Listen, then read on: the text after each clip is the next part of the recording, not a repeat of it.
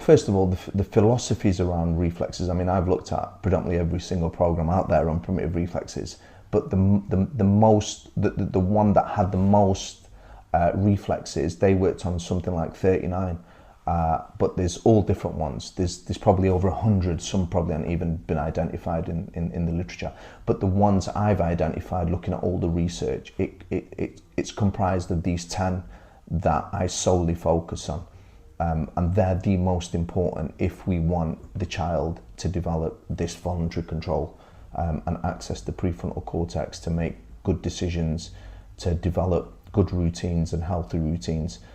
Because without them, you can't, because the brain's in this involuntary state. And if we don't put them to sleep and we don't integrate them, then we can't access this voluntary control. And most people, the examples we're given is when people come in and they say, I feel really anxious, or I have this uncontrollable anxiety, and you will never understand because you haven't gone through it. Well, that's an involuntary response. That's because I can guarantee you they will have primitive reflexes unintegrated.